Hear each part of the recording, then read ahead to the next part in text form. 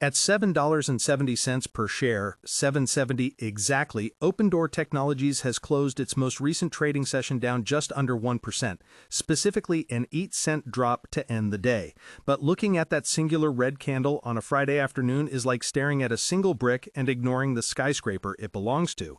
To understand why the $7 price tag is currently the most confusing, heated, and frankly dangerous number on the Nasdaq, you have to look at where we were just a few months ago.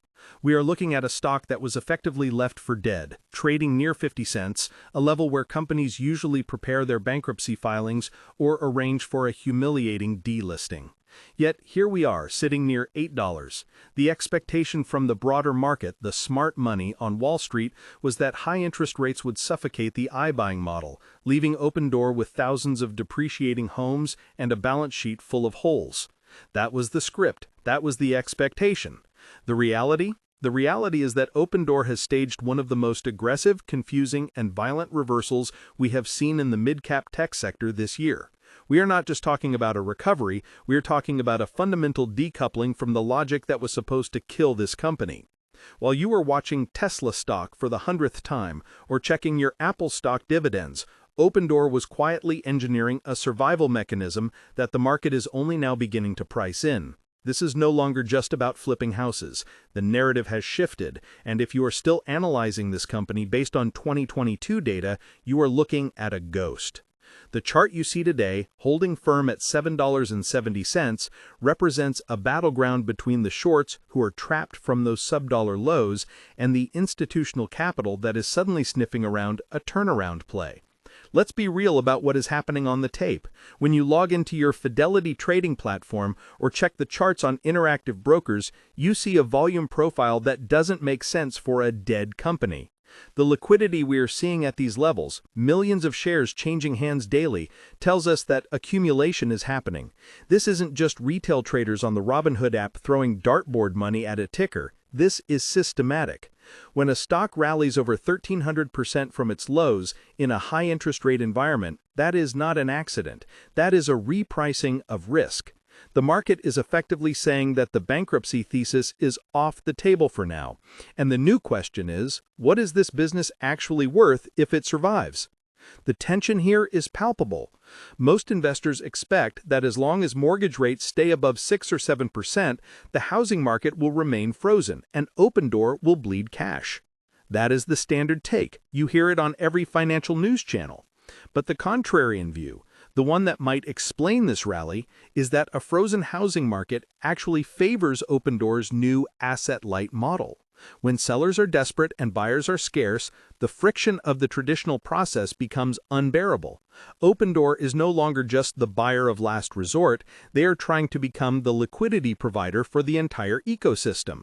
By pivoting toward their exclusives marketplace, they are attempting to act less like a flipper and more like a matchmaker, collecting fees without taking the massive capital risk of holding the asset.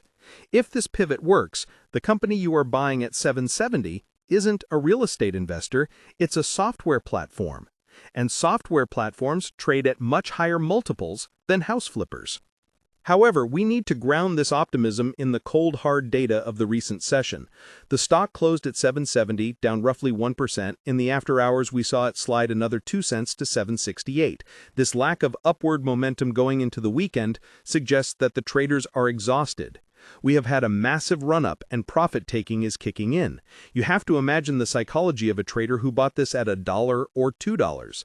They are sitting on gains that most people don't see in a decade. The temptation to hit the sell button on their SoFi Active Investing dashboard or their Charles Schwab account is immense. This creates a wall of supply that the bulls have to chew through. Until we see a decisive break above $8.50, we are stuck in this consolidation zone, digesting the massive move we just witnessed. I want you to pause for a second and look at your own portfolio. How much exposure do you actually have to the residential housing market? Not REITs, not home builders, but the actual transaction layer. Comment below with holder if you are currently holding shares of Opendoor, or watcher if you are sitting on the sidelines waiting for a dip.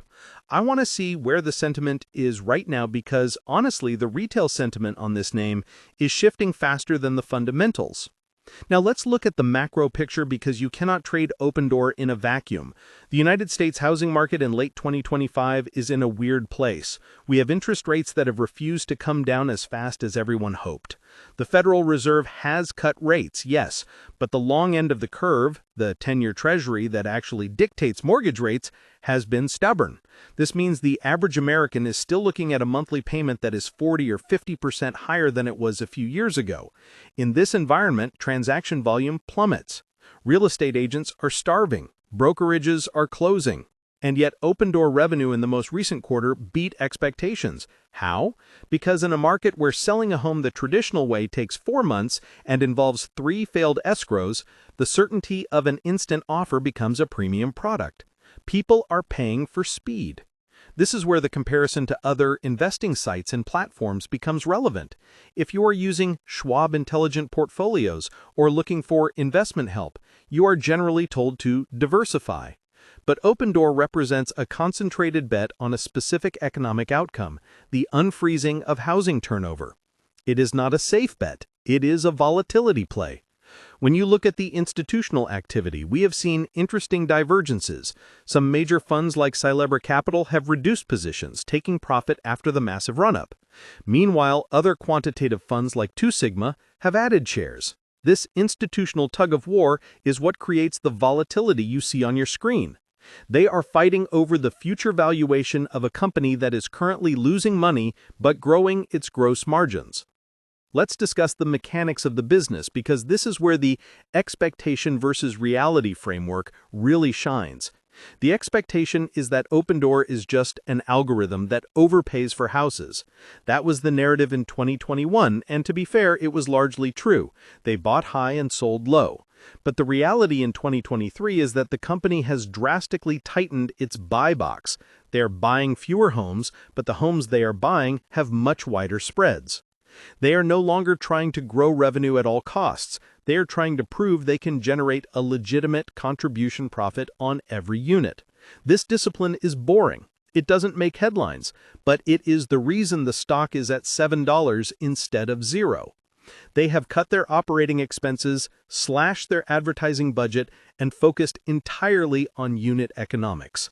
This shift is crucial for anyone using self-investing strategies to understand. You are not buying a growth stock anymore, you are buying a distressed turnaround execution play. If you are looking for Fidelity mutual funds or Fidelity ETFs that hold this stock, you will find them in the small cap growth or aggressive tech baskets. It is not a blue chip, it is a call option on management's ability to navigate a hostile housing market. And what about the competition? You have Zillow, which exited iBuying famously a few years ago to focus on its high-margin software business. The market rewarded Zillow for that. Opendoor stayed in the arena. For a long time, that looked like a fatal mistake. But now, as Opendoor builds out its own marketplace to compete with Zillow, the lines are blurring. If Opendoor can successfully transition to a model where they connect a seller to a buyer and take a cut without ever owning the asset, they become a direct threat to Zillow's dominance, but with a unique advantage. They can always step in as the buyer of last resort if the marketplace deal falls through. That hybrid model is something no one else has. Redfin is trying, but they lack the scale. Robinhood Investments crowds are starting to wake up to this nuance. Let's talk about the risks, because they are massive. The stock is up huge, which means the valuation is now baking in a lot of success.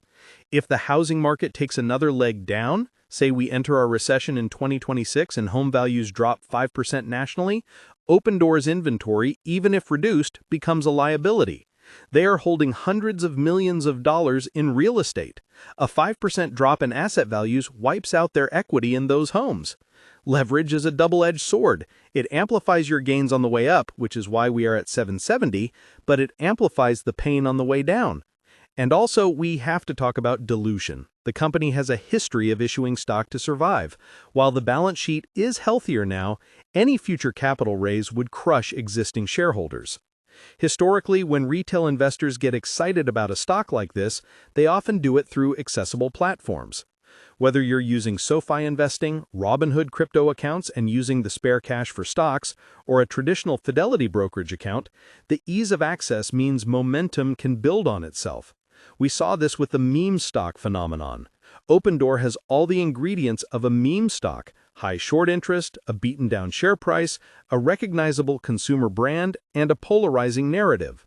We have seen flashes of this behavior in the recent rally.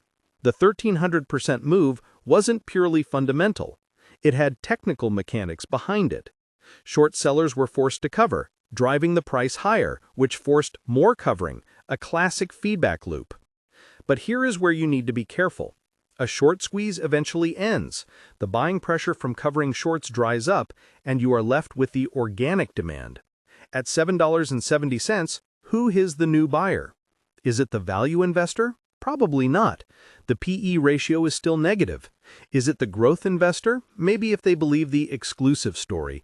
Is it the momentum trader? Yes, until the momentum breaks. This is why the technicals are so important right now. If the stock falls below $7, we could see a rush to